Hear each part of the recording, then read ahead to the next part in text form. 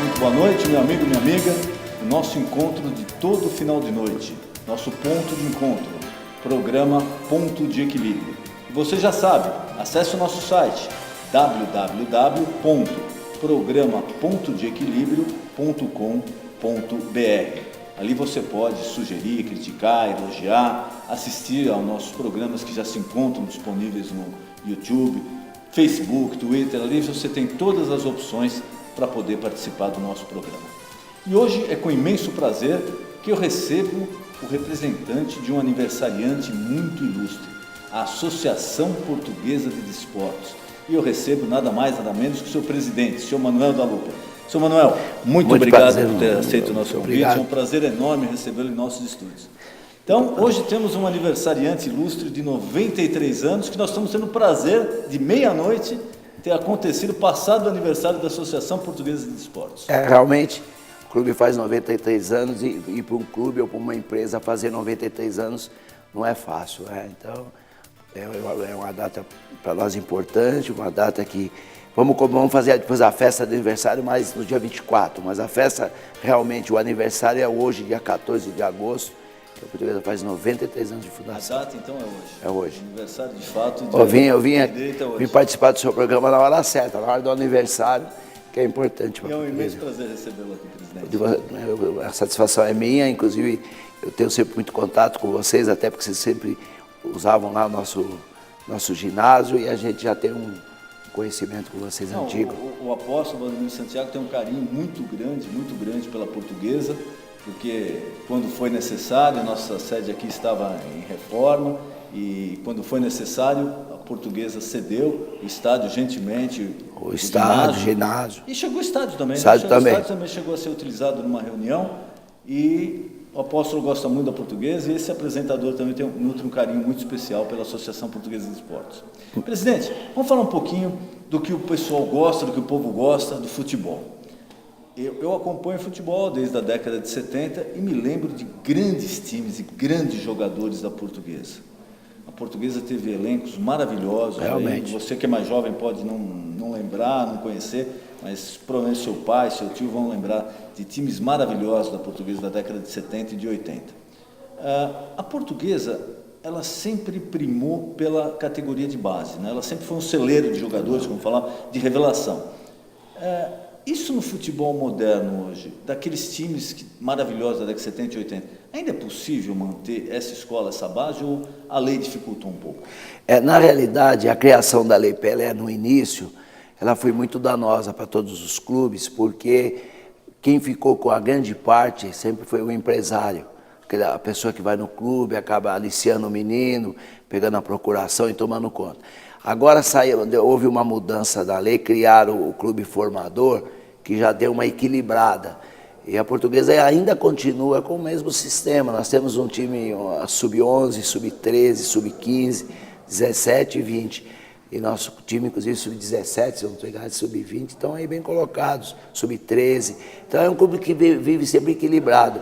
E o menino sabe hoje que quando ele quer pegar um clube para iniciar a atividade, ele sabe que a Portuguesa ainda é o clube que dá mais oportunidade. Importa se ele é corintiano, se torce para São Paulo, muitas vezes até ele vem do próprio Nordeste para cá, do próprio Fluminense de Feira de Santana. Nós temos um jogador que vieram fazer testes na Portuguesa, e a Portuguesa ainda é o clube que mais dá oportunidade para a meninada, e continua com essa formação. Nós avaliamos, por incrível que pareça, por ano 5.000 garotos. 5.000 garotos por ano das categorias de base da Portuguesa. A Portuguesa faz um tipo de umas peneiras, os meninos vêm fazem testes, aí aqueles que têm qualidade vai ficando, vai dividindo. Sempre no meio desses aparece 2 ou 3 que acabam ficando, aí vão ficando no time de cima. E muitas vezes a gente indica, às vezes você pega o menino na praia e vê que o menino tem uma certa qualidade, você dá um cartãozinho e fala, vai lá fazer um teste e tal. E a Portuguesa é inovadora nisso aí, e realmente a gente tem sempre revelado jogadores. Não se revela tanto como antigamente, porque antigamente o menino tinha uma vinculação direta com o clube. Ele começava no clube com 7 anos. O pai às vezes levava um parente que torcia pelo time, levava para o garoto começar a treinar. Às vezes que não torcia, às vezes ele era vizinho e levava. O grande problema hoje é que o menino faz 12 anos e ele já tem empresário. Mas eu recebi aqui um tempo atrás o Milton Neves. Um abraço, Milton. Gente fina. Logo vai estar aqui de volta com a gente. Recebi o Milton Neves e eu coloquei exatamente esse ponto para ele. Se falava da escravidão do jogador na antiga lei do passe, né? A lei do passe era terrível porque o jogador tinha que trabalhar no clube, se o clube não concordasse, ele não podia assinar contra o clube, etc. Aí veio a Lei Pelé. Então, o que a gente nota é o seguinte, foi um pouco melhor para o jogador? Foi. Mas ele, pura e simplesmente, ele trocou a escravidão que ele tinha com o clube para a escravidão que ele tinha com o empresário. É verdade. Porque hoje em dia o empresário praticamente ele domina a vida do clube e do atleta. E você vê que o clube hoje está sempre cada vez mais pobre. Hoje a Lei Pelé, ela tem, é claro que teve coisas boas, mas devagarzinho está alterando também. Você vê, hoje um clube de futebol, ele hoje faz uma parte social muito grande. A gente tem às vezes acordos com o poder público e a gente fica responsabilizado de ter meninos das nossas categorias de base que não pagam nada, que usam o clube, até porque a prefeitura sempre, e o próprio Ministério Público dá alguma coisa e quer alguma coisa em troca. Eu acho que realmente a Lei Pelé devia ter alguma outra modificação para dar realmente um pouco mais de apoio para o clube, porque hoje em dia o empresário manda, muitas vezes ele tem 2, 3 jogadores no próprio time e fica ruim, porque ele acaba fazendo a cabeça do menino, vai que joga no time, e fica ruim. Você vai jogar, você é um empresário, você tem 3 meninos ou 3 jogadores num time profissional e outro time vai jogar, as pessoas podem jogar bem ou mal, dependendo até do próprio empresário. Eu acho que tem um pouco de exagero em tudo isso, acho que é necessário, eu não tenho nada contra. Tem bons empresários também no meio do futebol, não tem só pessoas ruins, mas a Lei de Pelé precisa mudar um pouquinho mais. Já mudou bastante com essa criação do clube formador, que ficou bom, entendeu? A Portuguesa sempre foi um time formador, o Guarani de Campinas, a Ponte Preta, entendeu? Hoje até o Corinthians, que é um clube que tem... O próprio Botafogo de Ribeirão hoje está numa situação terrível. Mas o Corinthians também fez inclusive, mesmo com tudo que ele já tem uma categoria de base forte. O São Paulo, com esse CT que eles criaram em Cotia, ficaram aí com uma estrutura muito grande. Mas o que a gente sente de ruim é que hoje o jogador não tem aquele vínculo com o time, sabe? O menino antigamente começava no seu clube com 7 anos, ele ia sair um dia praticamente para o exterior, né? Hoje não, hoje ele muda muito de clube, ele fica sem vínculo com a camisa. Nenhum, porque até 30 anos atrás era normal um jogador começar e encerrar a carreira no clube. É o que está acontecendo com o Ceni no São Paulo. Que é uma exceção. É totalmente como foi exceção. O Marcos no Palmeiras, também é uma exceção. Né? Mas se você pegar na década de 70, por exemplo, você pega o Ademir da Guia, o Dudu no Palmeiras. É verdade. Jogadores... Veio da Ferroviária, me parece. Mas vem com pouco tempo e passa lá 15, 20 anos. Né? O próprio Rivelino ficou no Corinthians, muito tempo. Pelé no Santos. Ficou toda a carreira. Pelé passou a carreira, foi para o New York Cosmos, mas já estava finalzinho de carreira, com 33 anos. Lá naquela época também o jogador parava um pouco antes, né? Não ia até 35, 36, 30, 31 já estava... Né? Verdade. Agora vamos falar um pouco dos grandes jogadores da Portuguesa, que eu me lembro. Daquele time maravilhoso de 73, que fez a final com o Santos. A gente pode lembrar do Marinho, zagueiro central. Marinho Pérez, Enéas. Tinha o Cabinho, que era o Cabinho, exatamente, Cabinho. Tinha o ponto esquerdo do Piau, o Ratinho, ponta direita. Você sabe mesmo, tipo, conheço. Não, porque aqui é o que eu estava falando com o senhor, né? A Portuguesa, na minha opinião, é o segundo time de todo mundo. Se bem que domingo podia ter perdido para o São Paulo para ajudar um pouco a gente, mas agora, né, a gente... ruim, né? O São Paulo não faz falta e para nós fez. Mas o São Paulo se recupera, o São Paulo tem time bom. Isso aí é coisa interna que acontece, sabe que não está dando nada certo. Nós passamos por isso e a gente sente a situação do São Paulo, mas o São Paulo tem toda a condição de sair fora disso. Se ele ganhar 2 partidas seguidas, acaba tudo isso. Mas fica uma pressão tão grande que não dá nada certo. Difícil ganhar a primeira, né? Depois... e não dá certo, é coisa incrível. Você vê, o Rogério Ceni, ele perde, claro que perde, mas raramente ele perde um pênalti. Perdeu 2 seguidos aí. Que é difícil, é complicado. É isso aí. Agora, a Portuguesa sempre revelou grandes times, grandes jogadores, mas sempre tem aquele estigma que chega lá perto da final, aí acontece alguma coisa, ou é eliminado, o juiz comete um erro, ou aquele jogador que alguém estava esperando muito dele e não rendeu aquilo que esperava. Como a Portuguesa, desses grandes times que ela passou, ela não conseguiu um título. O de 73, lógico, foi aquele título dividido com o Santos, mas por um erro do Armando Marques, né? Nos pênaltis que ele contou errado. Mas sabe que a imprensa sempre fala do Armando Marques que contou o pênalti errado. Mas quem assistiu o jogo, como eu assisti, a Portuguesa fez um gol com o Cabinho legítimo, que na época o Armando Marques era o juiz e o Mesquita era o bandeirinha. E ele teve na Portuguesa posteriormente, eu conversei até com ele já está até meio de idade, e eu perguntei para ele o que aconteceu. Ele falou que o Armando Marques delirou, porque ele correu para o meio campo. O gol foi legítimo, sabe? O grande problema da Portuguesa ao longo dos anos, hoje mudou bastante, todo mundo arrumava um jeito de tirar. Você quer ver? Ó, eu vou te dar um exemplo contra o Corinthians, na semifinal, o Cassini marcou 2 pênaltis. Aquele árbitro argentino, né? Nenhum dos dois fez. Um lá ainda vai, mas não teve. A pessoa abriu a mão, a bola bateu no peito, ele marcou o pênalti. Ele já veio encomendado para arrumar a final entre São Paulo e Corinthians. E depois o São Paulo acabou, acho que, sendo campeão, porque o Corinthians não tinha time suficiente para ser campeão. E a Portuguesa tinha condição, inclusive, de ganhar do São Paulo. E ao longo do tempo, mesmo o tempo mais velho, a Portuguesa chegou a enfiar 8-0 no Santos, e depois em 55 o Santos acabou sendo campeão. A Portuguesa chegou a dar goleada com o próprio Corinthians, 7. Não, essa final de 73 foi com o Santos, com Pelé e companhia. Pelé jogava. Dá um time completo. Pelé, Edu, aquele time maravilhoso do Santos, Carlos Alberto Torres na lateral direita, era um time maravilhoso. Time maravilhoso. E a Portuguesa sempre teve bons times. É que o que o time faz a torcida? Ele faz a torcida ganhando títulos. É ídolos e títulos. Hoje, raramente um time tem ídolos, a não ser aquele time que tem muito dinheiro. Porque você vê hoje os times grandes do Brasil, o jogador não para. Porque agora veio o Pato para o Corinthians, não sei até quando fica. Então, se ele ficar muito tempo, ele vincula com o torcedor. Mas ele fica, vai embora. Mas a gente não tem essa expressão que às vezes vindo o jogador ele já está no exterior, ele vem para o Brasil. Você passa essa impressão que ele veio assim com uma perspectiva de jogar num time brasileiro para ficar mais próximo da seleção. Se isso não acontece, ele pega e vai cumprir o resto do contrato lá fora e encerra a carreira, porque ele já está rico também. Ele vai ganhar muito dinheiro, né?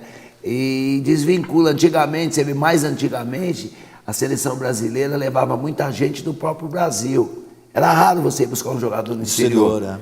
Agora virou normal, mas antigamente não era. Você precisava estar jogando muita bola no time de fora para ele buscar, porque antigamente pegava os jogadores do próprio Brasil. E o Brasil mesmo hoje, do jeito que está o futebol, o Brasil internamente ainda tem um time forte para ser campeão. Tem. Se fizer só com jogadores... Se fizesse arrumar certinho o time, que nem o Filipão, que é turrão, mas é um senhor de um técnico, eu acho ele um técnico, e quando ele põe na cabeça, ele vai e faz... E você vê, e ele normalmente, se você impõe para ele levar A ou B, ele leva se ele achar que deve, se ele não leva. Que é o certo, né? Que é o correto, porque ele não aceita muita pressão, sabe? E o Brasil, numa forma geral, em matéria de jogador aqui, nasce, é incrível. Você vê um menino aí, você pega um menino aí de 15 anos, a gente que anda muito por aí, o menino vem no seu escritório, olha, eu jogo em time tal, eu vim visitar minha tia em tal lugar, dá para mim fazer um teste na Portuguesa, você dá o cartãozinho, passa 1 ano e meio, 2 anos, você vai lá, o menino é titular. Tem um menino que, vou até te contar rápido, teve um menino de 15 anos que me procurou lá, ele perguntou se eu era presidente, falei que era. Ele falou, eu jogo no Fluminense de Feira de Santana, mas vou visitar minha tia aqui num bairro, que é a Vila Sabrina, que é na Zona Norte, não sei se você deve até conhecer. Conheço. Eu queria fazer um teste no clube, falei, tá bom, comecei o nome, escrevi, dei para ele o cartão. 1 ano e pouco depois, me mostraram o menino de novo. Você conhece aquele menino ali? Eu olhei assim... Ele não é estranho para mim, eu nem lembrava dele. E fiquei sabendo que ele é capitão do nosso time juvenil. Quer dizer, o menino acabou ficando. E esse pessoal, quando tem além de ter o dom, eles ficam em cima mesmo, eles treinam, eles vêm a fim de vencer até para ajudar a família. Que 80%, 70% dos jogadores que vencem acaba vencendo até para ajudar a família que tem problema de tudo quanto é tipo. E como é essa base hoje da Portuguesa? Quer dizer, a aposta da Portuguesa é nas categorias de base. Tem que ser. Porque o mercado está proibitivo, né? Os preços praticados aí estão proibitivos. Quem tem hoje condição de gastar dinheiro é Corinthians, Flamengo, porque a rede de televisão, que você sabe, paga um valor maior, porque os caras têm uma torcida muito maior, grande, a gente acaba reconhecendo tudo isso. Então eu acho que a saída do futebol realmente vai ser, possíveis de médios, vai ser a categoria de base, não tem outro jeito. E como funciona a categoria de base? De repente ali o nosso telespectador tem um filho, tem um parente que teria interesse, acha que o menino joga bem. Como funciona na Portuguesa? Qual é o suporte que a Portuguesa dá para esse atleta que chega lá, para esse garoto que chega lá? Onde ele vai ficar? Qual a estrutura que tem? A Portuguesa faz assim, quer ver? A gente faz testes mensais. E nós temos uma empresa interna dentro da Portuguesa, chama Talentos da Lusa. Você entra no nosso site, você se inscreve, marca o dia, paga uma taxa pequenininha, não é valor absurdo. Aí ele vem e faz teste. E eles vão fazendo testes e vão selecionando e vai pegando, vai ficando, vai saindo, até pegar 1 ou 2 ou 3. Se em tudo isso você conseguir aproveitar um jogador, que realmente acaba dando um jogador, o clube já é importante. E a meninada veio mesmo, porque hoje em dia, porque antigamente ser jogador de futebol era ruim. Hoje você ser jogador de futebol é um sonho, status, né? Da tua família, para o garoto. E realmente é uma oportunidade, oportunidade. Isso aí não tem muita dificuldade. Nós temos CT nós temos um CT na beirada da rodovia Ayrton Senna, tem vários campos, nós fazemos esses testes. Nós eu acho que testamos ano passado, salvo-se engano, quase 5.000 garotos. Só no ano? Os meninos vêm de toda a parte do Brasil. Tem inclusive um menino que veio de Manaus. Essa pergunta então, presidente, por exemplo, às vezes vem, como o senhor falou, o menino de Manaus. Ele chega lá para treinar, mas ele tem algum lugar para ficar? Não, na realidade, depois se ele ficar e for adaptado pelo clube e se adaptar e continuar, aí nós temos o alojamento para a meninada. É claro que não dá para pôr muito menino, mas sempre uns 25, 30 meninos no mínimo tem. E sempre isso tem no clube. Porque normalmente o jogador ele é do norte e nordeste, ele não tem parente em lugar nenhum, ele fica no clube. Difícil, né? O clube acaba levando o menino para estudar, porque o clube dá toda a estrutura, muita gente não sabe, mas o clube leva o menino para a escola, vai buscar de noite o menino para o alojamento, tem quem toma conta do alojamento, entendeu? Não é como o pessoal pensa. E outros clubes é a mesma coisa. É claro que toda essa meninada que faz o teste, não são todos, quer dizer, um ou outro que acaba vingando, mas a Portuguesa tem uma estrutura, quer dizer, eu não vou falar que é de um time aí do exterior, mas é uma estrutura dentro do razoável, tem lugar para a meninada brincar, tem lugar até para se divertir, tem jogos eletrônicos internos. Quer dizer, dá para... Dá, e nós temos ficar com tranquilidade. Um clube sub-17, sub-20, e tem as outras categorias, as categorias menores que você não pode muitas vezes ter o menino dentro, até porque é proibido, e clube também é que nem igreja hoje evangélica, o pessoal os caras fiscalizam tudo também. Que às vezes o que a gente acha é gozado, né? O Ministério Público é uma instituição séria, tem que trabalhar, prestou relevante serviço à sociedade, ninguém aqui está criticando a atuação, mas a gente tem que pensar no seguinte, tem que servir para todo mundo do mesmo jeito, né? Porque às vezes a gente vê que tem setores ali que fazem verdadeiros absurdos e que ninguém exige nada. Aí, de repente, você vai e assume o local. Bom, então agora precisa de A, B, C, D, F, G, H. Isso aí. Quer dizer, quem estava lá não fazia nada disso, não tomava conhecimento da lei e estava impune. A partir do momento que você vai a um clube, uma igreja que tenta propiciar uma vida melhor às pessoas, uma oportunidade para as pessoas, não, agora você precisa fazer isso, precisa mais aquilo outro. Então, acho que tem que ser uma coisa assim para todo mundo, né? Se funciona para A, tem que funcionar para B, para C, para D. E você sabe que a própria evolução da sociedade, principalmente clube de futebol, a gente fala pelo clube, você vê, os estádios eram feitos de um jeito, aí eles mandam adaptar, aí você adapta, você faz a entrada diferente, aí você abre a entrada, depois você, quer dizer, você vive a vida inteira arrumando. E os estádios, claro, que ainda não são aqueles que deveriam ser. Você vê, a gente vê hoje os estádios brasileiros aí da Copa das Confederações, pena que fizeram estádios em lugar que não tem cabimento ter o estádio. Aí é um negócio mal explicado. Mal explicado, mas eu vou falar para você, é um negócio de primeiro mundo, viu? Eu assisti o jogo, a abertura da Copa no Mané Garrincha, aquilo é bonito, muito bem feito, arrumado. Pena que tem o Brasiliense e o Gama. E pena que custou tantos fortuna, bilhões, né, que poderia ser investido em outras coisas também.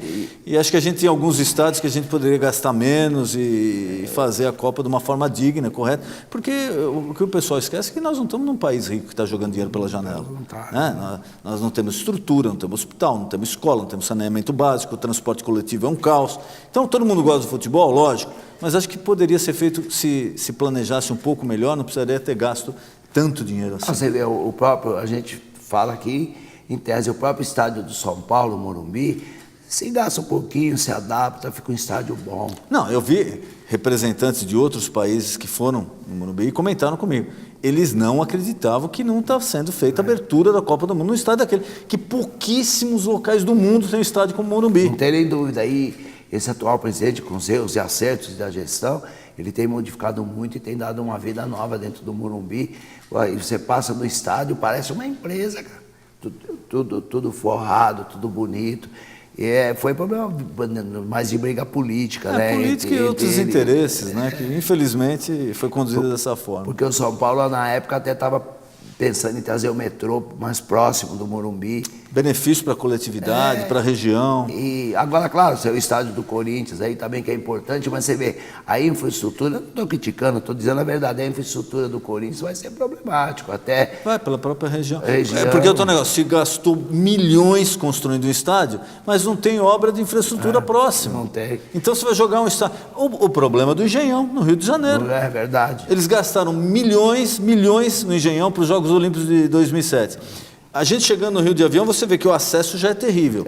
Aí o que aconteceu depois dos Jogos Olímpicos? O estádio ficou abandonado. Abandonado, aí já tiveram que reformar o estádio. Reformar, o Parque Olímpico também reformar inteiro. Por quê? É uma região que não favorece, não tem acesso. Ninguém vai querer fazer evento lá, ninguém vai querer... Não, e o custo da utilização é muito alto também. Você vê que o próprio Cruzeiro e o próprio Atlético Mineiro, para usar o Mineirão, eles pensam sempre duas vezes, porque se não encher... O prejuízo é grande porque o custo é alto, entendeu? E você vê que o Atlético tem jogado muito no campo... Independência. Que é o campo um pouquinho menor, né? Mas no geral, o futebol tem evoluído. Eu acho que precisava coibir um pouquinho os abusos, né? Principalmente, a gente não está aqui querendo fiscalizar ninguém. Eu acho que todo mundo tem direito de ganhar o dinheiro. Não tenho nada contra ninguém. Mas o empresário hoje ele ganha quanto quer, manda em tudo quanto é clube e o clube está cada dia mais pobre. Nessa parte do clube pobre, presidente, o número de associados dos clubes tem caído muito no Brasil inteiro. Hoje a parte social dos clubes, o APAP, já não existe. Então, a Portuguesa, eu me lembro, na década de 70 e 80, tinha um número de associados enorme. 60, 70 mil, que nem o Juventus. Juventus chegou a ter mais de 100 mil. Então. Mas o que acontece? Hoje você tem apartamento, você tem piscina. Salão de festa. Salão de festa, você tem academia. Alguns quadros de tênis. Você tem chácara, você tem tudo isso. Até a Casa da Praia tem. Então, o clube, a tendência dos clubes é ir diminuindo a parte social e se dedicar um pouco mais ao futebol. E tem parte social, mas a parte social não é nada que era antigamente. Eu ia na Portuguesa, era sempre superlotado. Não, superlotado, eu me lembro, inclusive dos bailes da Portuguesa, né? Isso ainda tem. Aí, sempre muita festa gente. junina, nossa tradicional, terminou agora em junho. Uma festa... Quantos associados hoje tem a Portuguesa? Olha, o número é pequeno. Hoje a Portuguesa, eu não vou te falar se o número exato, mas ela não tem 5 mil sócios. Quer dizer, 10% do que ela tinha 20 anos atrás. É menos de 10%. A Portuguesa chegou a ter 60, 70 mil sócios. Você ia lá, era um formigueiro, é até gostoso de ir lá. Hoje, infelizmente, você vai no clube de fim de semana, você tem pouquinha gente. Acaba sendo deficitário o clube social. Aí o pessoal diz, mas vocês não criam coisa nova, não colocam academia. Mas em cada bairro hoje tem 10 academias. A opção é muito grande. É onde a pessoa investe muito dinheiro, faz academia de primeira, e os clubes vão ter que ir mudando. A Portuguesa tem um projeto muito grande para fazer, inclusive, uma arena, um negócio muito bonito, que a gente não pode divulgar, até porque teve que assinar uma cláusula de confidencialidade, mas a Portuguesa vai fazer um negócio bonito, até porque o nosso ponto hoje é um dos melhores pontos que tem em São Paulo. E essa opção, presidente? Por exemplo, o Palmeiras, ele transformou o estádio numa arena. O do Corinthians já está sendo construído para isso. O Morumbi tem se adaptado para isso também. É uma fonte de renda importante. Tanto é que tem jogos aí que o São Paulo tem um mando no Morumbi e foi jogar em Barueri, porque estava alugado para shows. Isso o senhor vê também como uma fonte de renda importante para o clube? É importante, a partir do momento que o clube tiver uma arena, ele não precisa ter uma arena muito grande, não. O clube hoje tem uma arena para 30 mil pessoas, mas uma arena onde você usa também para jogar futebol. Porque normalmente os campos de futebol é só futebol. Quando você faz qualquer evento, ou religioso, ou evento de shows, hoje nos estádios, tem que fazer muitas adaptações para poder fazer o show, que é o caso do próprio Morumbi. E as arenas não, as arenas já montam, dando toda essa estrutura para fazer eventos religiosos ou eventos de música, e vai ficar bom. Agora, o estádio por si só, ele é deficitário. O que o clube tem que ter em volta é uma infraestrutura, ele tem uma arena mesmo, com comércios variados, ele tem que ter um centro comercial, uma rede hoteleira, tudo englobado, que nem um Anhembi, vai. Porque o clube também só com o estádio, a não ser um clube que lemos o Grêmio, o próprio Corinthians, que tem uma torcida grande, tem condição de fazer isso. Porque no caso do Grêmio, a empresa lá, a construtora, falou, vou te fazer um estádio em tal lugar e você me devolve o estádio, eu derrubo e vou construir. Ok. Mas um clube médio que tem uma torcida pequena, isso não serve. Então você tem que ter uma infraestrutura interna, você tem que fazer do clube um centro de tudo, inclusive de lazer interno, de comércio, você tem que fazer tudo, casamento, você tem que fazer tudo que você puder lá e ter uma atividade de um shopping para você sobreviver até com a própria renda, você ter uma participação e não dá para o clube administrar isso, o clube tem que criar depois, junto com os parceiros, uma empresa para administrar o que vai fazer com o Palmeiras está fazendo um estádio que vai ser administrado, me parece, pela W Torre, por 30 anos. 30 claro anos. Que o Palmeiras deve ter uma participação pequena. Me parece que ele tem o direito de jogar X partidas por ano lá, sem pagar. Se extrapolar esse número, ele tem que pagar, mas durante 30 anos, vamos usar o português, claro, quem manda no estádio é a W Torre. Aí depois, no final, devolve o estádio para o Palmeiras. Claro que não deixa de ser também um bom negócio. Mas você vê, mesmo ali onde o Palmeiras está, a gente, claro, não está desfazendo em absoluto. Mas o Palmeiras vai ter problema futuramente, porque ali o trânsito vai ser meio caótico. É uma zona residencial que já está sufocada. Já está. Eu não sei, é claro que eu não tenho conhecimento do projeto, eu não estou fazendo crítica. Mas se não tiver um estacionamento forte, tudo isso vai ser complicado para você estacionar seu carro. Entendeu? Porque tem ali o shopping, acho que é o Shopping Matarazzo. Bourbon. Shopping Bourbon, antigo Matarazzo. Que ali é lotado. Você vai no jogo do Palmeiras mesmo, para sair ali é complicado, para estacionar é complicado. Entendeu? E bilheteria, presidente? O clube, a bilheteria é importante até que ponto? Se a gente colocar assim, proporcionalmente, o que recebe de televisão, o que recebe de aluguel do estádio, o que recebe do associado e a bilheteria. Quanto representa a bilheteria? A bilheteria, mesmo nos clubes de grandes torcidas, a bilheteria não é o que representa menos. Porque hoje o que representa bastante, primeiro, é o patrocínio da rede de televisão. Depois tem o patrocínio da sua camisa. A sua camisa tem mais ou menos de acordo com a exposição de mídia e de acordo com a torcida, entendeu? Uhum. E o último de todos esses itens é o público que vai no estádio, entendeu? Quer dizer, a história do sócio-torcedor. Não sei se a Portuguesa também faz sócio-torcedor. O que a gente nota é que os clubes têm focado mais. O Internacional, se não me engano, é um exemplo claro, tem 100 mil sócios torcedores, uma coisa assim. Eles têm um negócio absurdo, inclusive. Muita gente, muita gente. E eles têm, inclusive, eles têm feito bons times e têm investido muito por causa disso. E eles realmente tiveram muito sucesso. E muitos clubes, inclusive a gente, outros clubes, tiraram, inclusive, da ideia deles mesmo para fazer um sócio torcedor. Então, mas aí o senhor não acha que vai chegar num ponto que o torcedor, assim, que eu digo, torcedor, como a gente chamava um tempo atrás, torcedor de arquibancada, né? Aquele lá que pegava o filho no domingo, ia lá assistir o time jogar, comia o seu cachorro-quente, etc.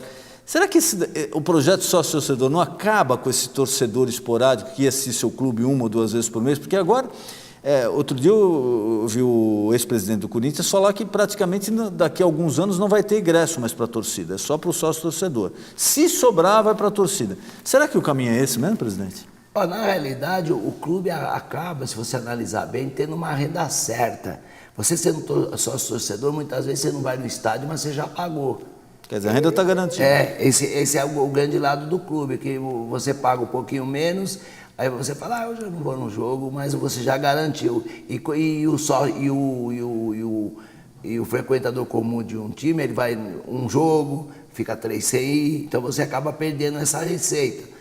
A tendência realmente é o sócio torcedor, porque o sócio que era antigamente do clube, se você analisar bem, ele vai passar a ser o sócio torcedor. Aquele que pagava lá a o mensalidade. quadrimestral dele, que ele usava piscina no domingo. Esse praticamente vai ser o sócio do clube, mas mais ligado ao futebol. Porque que nem a Portuguesa, nos velhos tempos, ela tinha muitos sócios, e muitas vezes a pessoa ia lá, era corintiano, torcia pro Vasco da Gama, pro Fluminense, não tinha nada a ver com a Portuguesa. Mas gostava da parte social do clube, morava perto do clube. O clube usava. Mas hoje em dia, até por causa dos prédios, etc., a coisa mudou muito. A parte social de um clube, de qualquer clube hoje, se empatar é bastante.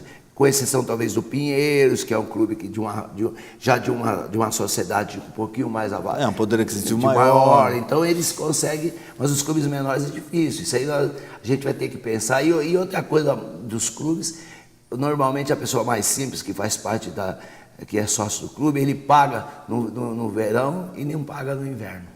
É que ele usa, depois aí você é obrigado a dar anistia, depois quem paga reclama. Eu paguei certinho. Eu paguei certinho porque vai dar anistia. Se você não der anistia, você perde. A Portuguesa mesmo não tem, já há um tempo que não dá anistia, eu vou ter que até, antes de terminar o maratona, vou ter que pedir aí, porque nós temos que trazer o sócio. Nós temos quadra de tênis, nós temos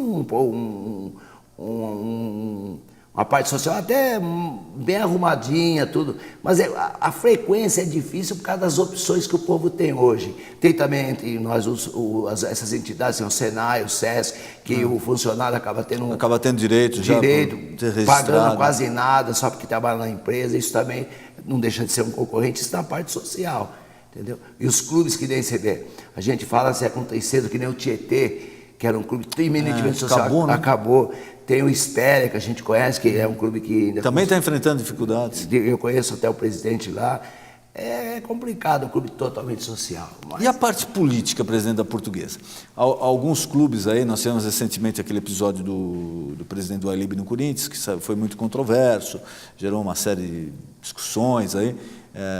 Agora, recentemente, o Juvenal Juvencio no São Paulo, que fala que deu um golpe porque mudou o estatuto e conseguiu a reeleição, etc. Como é a parte política e estatutária da Portuguesa? Eu não estou saindo em defesa do presidente do Corinthians, até porque tenho pouca amizade com ele. Tinha amizade, como eu tenho muita com o Andrés e com o Mário Gobi um pouquinho. O presidente do Corinthians que saiu, o trabalho que ele fez na época foi um trabalho de vencedor. Eu não tenho procuração dele, mas a gente sabe que ele ganhou quase tudo no Corinthians. Veio o Andrés com um projeto, na minha opinião, mais financeiro. Ele uma vez eu lembro que eu estava conversando com ele numa festa, eu falei para ele, pô, Andrés, quem é presidente do Corinthians, se tiver um pouquinho, não precisa ter muito não, tiver um pouquinho de inteligência, tudo que você fizer no Corinthians vende. Porque a massa é muito grande. O Corinthians soltou uma camisa roxa, que eu não gosto, eu acho uma camisa muito feia, mas vendeu 40 mil. Se o Corinthians trouxer um ídolo aí, ele é capaz de vender 650 mil. Então o Andrés fez um trabalho, na minha opinião, muito bom no Corinthians e ele elevou o Corinthians. O Corinthians, no trabalho que vem vindo, no meu modo de ver, coisa de 5 anos, 10 anos, vai ser um dos maiores clubes do mundo. Cara. Você vê, eu não estou defendendo, mas estou vendo como todo mundo. O Corinthians foi jogar no Japão. Ele conseguiu pôr no estádio, no Japão, 25 mil pessoas. Cara. Muita gente. Não é fácil. Você vê, o São Paulo foi campeão várias vezes, o Internacional, os times da Inglaterra, que tem muito mais poder aquisitivo, põe 3 mil, 4 mil. Quer dizer, o Japão é o pessoal do próprio Japão. O Corinthians, além de levar daqui, ainda pegou muito torcedor corintiano que mora lá e foi no estádio. Então, isso é uma evolução.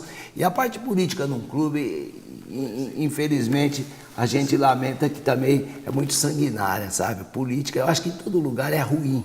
É ruim porque você vê, no caso da própria Portuguesa, quando a gente assumiu o clube em 2005, a Portuguesa realmente estava numa situação muito crítica, muito difícil, uma situação falimentar. E a gente assumiu para tentar dar uma arrumada no clube. Tivemos um apoio muito grande de um banco comercial que acabou... Agora mudou toda a diretoria. E o que você tem que fazer muitas vezes? Você é obrigado a se responsabilizar por uma dívida. No caso da Portuguesa, a Portuguesa tinha uma conta, ela não tinha uma condição financeira de ter empréstimo. Eu tive que fazer uma conta em meu nome e na minha esposa, uma conta em nome do vice-presidente de futebol da Portuguesa. O dinheiro passava por nossa conta, ia direto para o clube, está comprovado dentro do clube, foi feito perícia, não tem nenhum problema. Nunca fiquei com nenhum centavo. Mudou toda a diretoria do banco, hoje o banco está querendo me cobrar na justiça. E eu estou tentando provar na justiça que realmente é verdadeiro, que quem deve a Portuguesa não sou eu. E aí você devia ter o apoio do pessoal que está lá, que sabe que realmente o dinheiro foi para o clube, sabe que você recuperou o clube, que o clube estava falido, que hoje é um clube equilibrado. Mas o cara, politicamente, ele quer que você, usando aí o português de gíria, ele quer que você se exploda, e se você não correr, você está sujeito a ter seu patrimônio em risco com uma coisa que você fez de boa fé, que você fez para ajudar e tal. Isso eu falei da Portuguesa. Eu estava lendo um dia desse no Estadão, o presidente do Palmeiras, o Palmeiras está numa situação financeira também difícil. Muito difícil. Ou ele teve que assinar 20 milhões. Eu assinei e 40 e poucos milhões. Que hoje eu estou sofrendo, tenho que brigar na justiça para provar que eu não tenho nada com isso.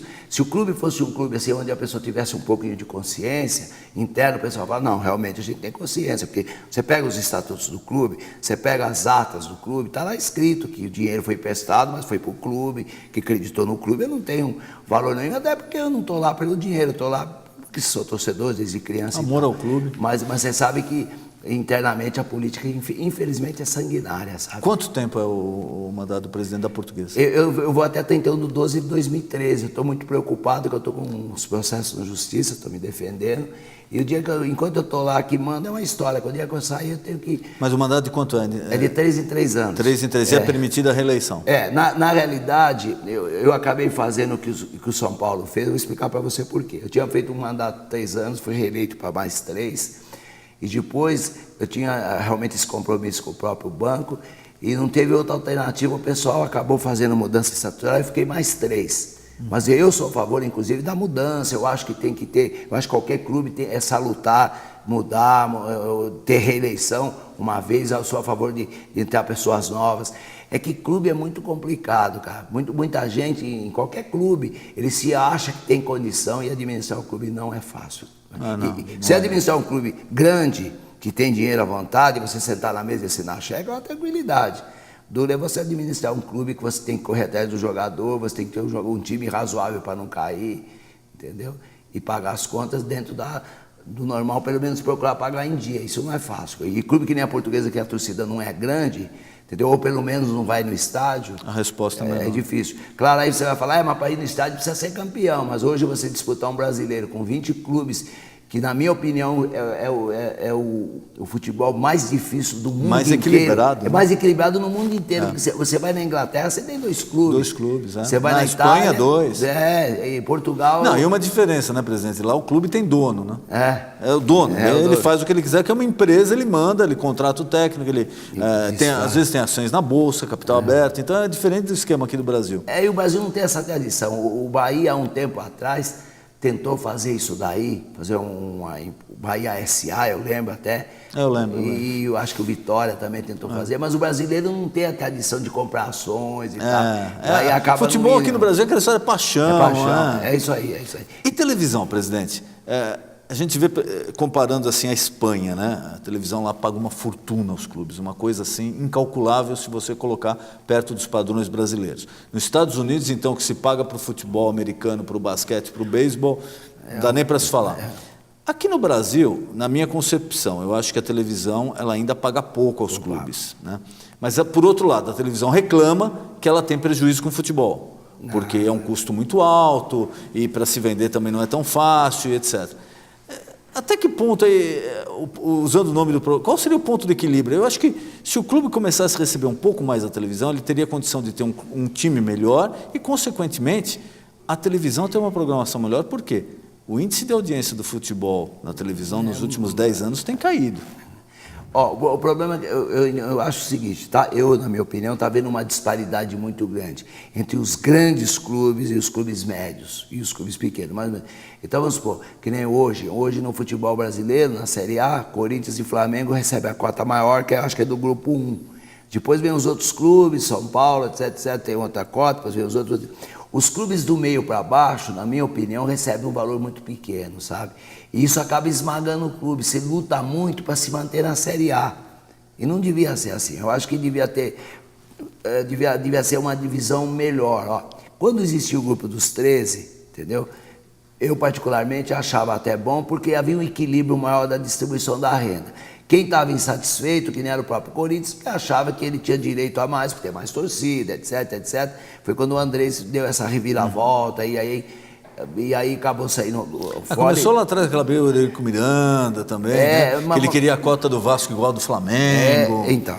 E aí não acabaram não se entendendo. Hoje, numa negociação direta com a rede de televisão, primeiro, você não tem a mesma força de equilíbrio que tem o Corinthians em negociar com a Rede Globo, que é o que faz, todo mundo sabe o que faz o futebol, e eu acho que é muito oscilante, o valor para os clubes menores é muito diferente. Você vê, eu não tenho certeza, mas eu acho que o Corinthians hoje deve ter uma cota de televisão em torno de 100 milhões. Parece que é 90 milhões. Corinthians e Flamengo 90, São Paulo 80. E depois vem 70 e 60. Isso.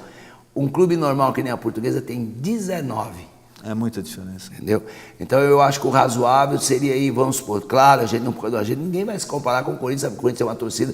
O Corinthians é uma religião, cara. Eu nunca vi, ó. O Corinthians, quando passou um tempo sem ganhar nada, quando o Santos ficou 11 anos ganhando do Corinthians, a torcida nunca diminuiu. Aumentou, né? Em qualquer clube que acontecer isso, no São Paulo, no próprio Santos, o Santos com o Pelé parou aí. Não, o que a gente está vendo com o Palmeiras, a torcida do Palmeiras, se pegar a torcida de 15 anos para trás e agora, diminuiu muito, em função que não ganhou o título, caiu 2 vezes, isso é o normal, né? E o Corinthians aconteceu o contrário. Só o Corinthians que é o contrário. Então a gente reconhece que o clube tem torcida, que é uma religião à parte, né? Que os caras puseram lá que é a República Popular do Corinthians. Então a gente tem que entender e tem que ficar quieto.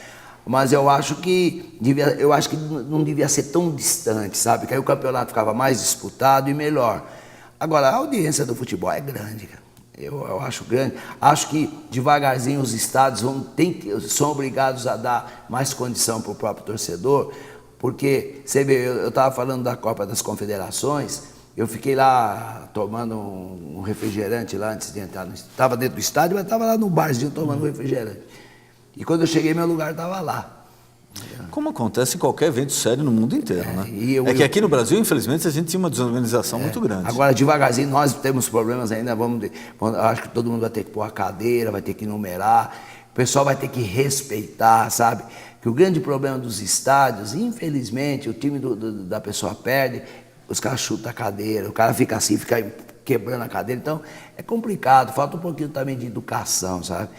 Nós estávamos conversando até no bastidor antes de entrar aqui, eu ia assistir Português e São Paulo no Pacaembu, até no próprio Morumbi, a gente ficava todo mundo junto, brincando, depois no fim quem perdia ficava tirando lá, tirava o sarro do falando pro senhor, meu pai é corintiano, eu sou São Paulino, eu cansei de ir na adolescência esse jogo com meu pai, ele sentado do meu lado, tem corintiano, São Paulino, todo mundo do estado, nunca teve violência. Acho que a violência, ela acabou afastando um pouco a família do estádio. É isso, porque antigamente você levava todo mundo, e o problema do pessoal brigar muito, principalmente as torcidas, entendeu? Que é bonito, você vê as bandeiras, a torcida, eu acho muito bonito dentro do estádio, mas infelizmente eles marcam, inclusive, briga aí pela própria televisão. Marcam pela internet, estação do metrô, é uma loucura. Isso é complicado. Mas eu acho que o povo que assistiu a Copa das Confederações foi um povo diferente, viu? Você vai falar, mas o poder aquisitivo é maior, cobraram mais. Mas eu vi muita gente, porque eu cheguei lá, fiquei tomando um refrigerante, quando eu corri lá, eu até fiquei perto do presidente do Vasco, tirei a minha cadeira da minha esposa, eu tinha um ingresso, bateu, ninguém mesmo, sentou na minha cadeira. Mas será que o caminho porque a gente tem notado isso, né? O preço dos ingressos está ficando cada vez mais elevado. Então, como a gente nota nos Estados Unidos, né? O custo lá para você assistir o futebol, o evento de basquete, é muito caro, muito caro. Será que aqui se partiu para esse princípio? Vamos elevar o preço, de repente ter menos gente, estádios menores, menos confusão? Mas o futebol não pode, na minha opinião, também ser muito elitizado, né? Eu acho que todo mundo tem que ter o direito. Claro que se você tiver uma condição financeira de melhor, você tem um clube melhor. Mas e o pessoal mais pobre também tem que ter o direito de assistir o jogo também. É um esporte popular, né? O futebol, você vê, o futebol, mesmo nas piores crises, sempre ele tem diminuído até o público, na minha opinião. Mas muita gente não vai no estádio, às vezes nem é por causa do espetáculo, às vezes ele não vai no estádio porque ele teme sair, brigar, violência. É verdade. O seu time perde, o pessoal abusa até, abusa, solta bomba. Você vê o que aconteceu aí com com o pessoal aí, que até o pessoal do Corinthians acabou se envolvendo, a gente sabe que o pessoal até era inocente, tanto é que ficou todo mundo... morte do rapaz, né? E o pessoal acabou provando que não tinha nada com isso. Mas isso aí devia ter uma vistoria muito... Você chega no estádio, não devia deixar entrar com nada disso. Eu acho que você vai lá para se divertir, como você vai assistir um espetáculo, um teatro. Não vai lá para brigar, né? Não vai. Eu acho que você torce pro seu time e saiu de lá, o que vale é a brincadeira, mas tem que ser depois lá fora. Eu acho que quando você põe uma turma para torcer, outra turma para torcer, você cria um ritmo de rivalidade, clima de guerra, né? De guerra que não fica bem, sabe? Que o futebol foi sempre assim. Quantas vezes foi o que você falou? Quantas vezes não foi esse jogo no Pacaembu que você via na mesma Kombi, todo mundo. Aí no caminho você via tirando sarro, meu time ganhou, com o outro, mas entendeu? Mas nada de violência. E antigamente a violência era, no máximo, era um tapinha Hoje não, hoje o cara de 10, 12 anos está dando um tiro em todo mundo, é um absurdo. Presidente, nosso programa está acabando. Eu queria mais uma vez agradecer ao senhor. Gostaria de passar para o senhor uma lembrança aqui, que é um livro do bispo Josivaldo Batista. Muito obrigado. E aqui um DVD de milagres do nosso apóstolo Valdemiro Santiago, que nós já utilizamos várias vezes as instalações da Portuguesa. A Portuguesa foi muito cordial conosco, nós agradecemos por tudo que aconteceu e gostaria de colocar o senhor aqui à disposição para suas considerações finais. Muito obrigado, Valdemiro, a gente tem até amizade aí, na época que vocês tiveram problema aqui na sede. É claro, eu sempre digo que vocês sempre pagaram o que se combinou, não é isso. Mas eu sempre procurei pôr a Portuguesa à disposição, até porque a gente entende, a gente também tem a nossa religião e a gente acha que é muito importante o que vocês fazem até para o povo, aquele povo que é mais humilde, aquele povo que é melhor vir para uma religião, vir para uma igreja, do que fazer as coisas que não devem, entendeu? E eu acho que a religião é o grande freio da sociedade, sabe?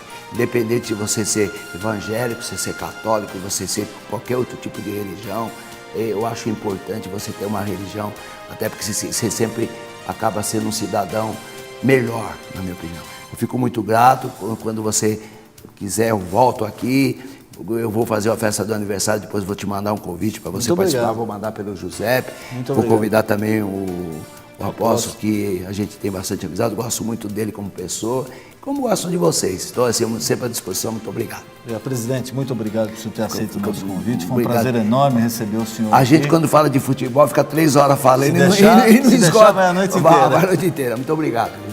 E você já sabe, o nosso encontro de todo final de noite, de segunda a sexta-feira, à 00:30, nosso ponto de encontro, programa Ponto de Equilíbrio. Boa noite.